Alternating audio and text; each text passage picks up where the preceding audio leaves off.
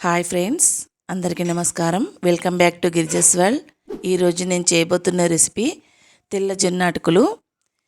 ఇది ఆరోగ్యానికి ఎంతో మేలుకరమైనది. దీనిని పిల్లలు కూడా చాలా ఇష్టంగా తింటారు. ముందుగా నేను 1/2 kg తెల్ల జొన్న అటుకులు తీసుకున్నాను. చూడండి, ఇవి ఎంత క్రిస్పీగా ఉన్నాయో. దీనిని మనం వేయించనక్కర్లేదు.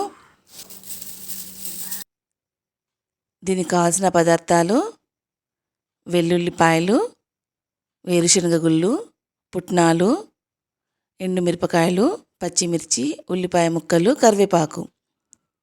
ముందుగా నేను వెల్లుల్లిని కచ్చాపచ్చగా దంచుకున్నాను.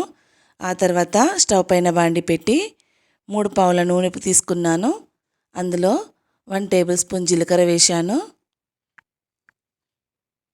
1 టేబుల్ స్పూన్ ఆవాలు వేశాను. ఎండుమిర్చిని 2 ముక్కలుగా కట్ చేసి వేశాను. కరివేపాకు వేసుకోవాలి. వేరుశనగ గుళ్ళు వేసుకోవాలి.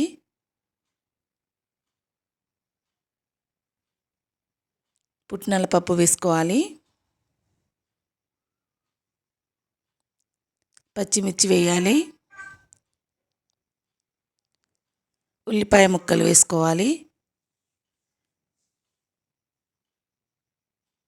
వీటన్నిటిని బాగా కలిపి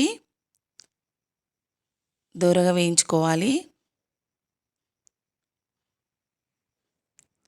చూడండి, ఇలా వేగిన తర్వాత 1 టేబుల్ స్పూన్ పసుపు వేసుకోవాలి. ఉప్పు తగినంత వేసుకోవాలి. ఆ తర్వాత వీటన్నిటిని బాగా కలుపుకోవాలి. చూసారా, ఇలా వేగిపోయాయన్నీ. ఈ తెల్ల జొన్న అటుకులను అందులో వేసుకొని బాగా కలుపుకోవాలి.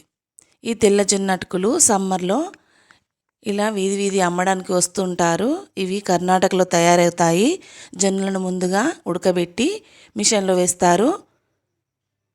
ఇవి మా ఊర్లో అమ్మడానికి వచ్చినాయి, నేను తీసుకున్నాను. చాలా టేస్టీగా ఉంటాయి. ఆరోగ్యానికి కూడా చాలా మంచిది. పెద్దలు చిన్నవాళ్ళు చాలా ఇష్టంగా తింటారు. చూడండి ఎంత క్రిస్పీగా ఉన్నాయో.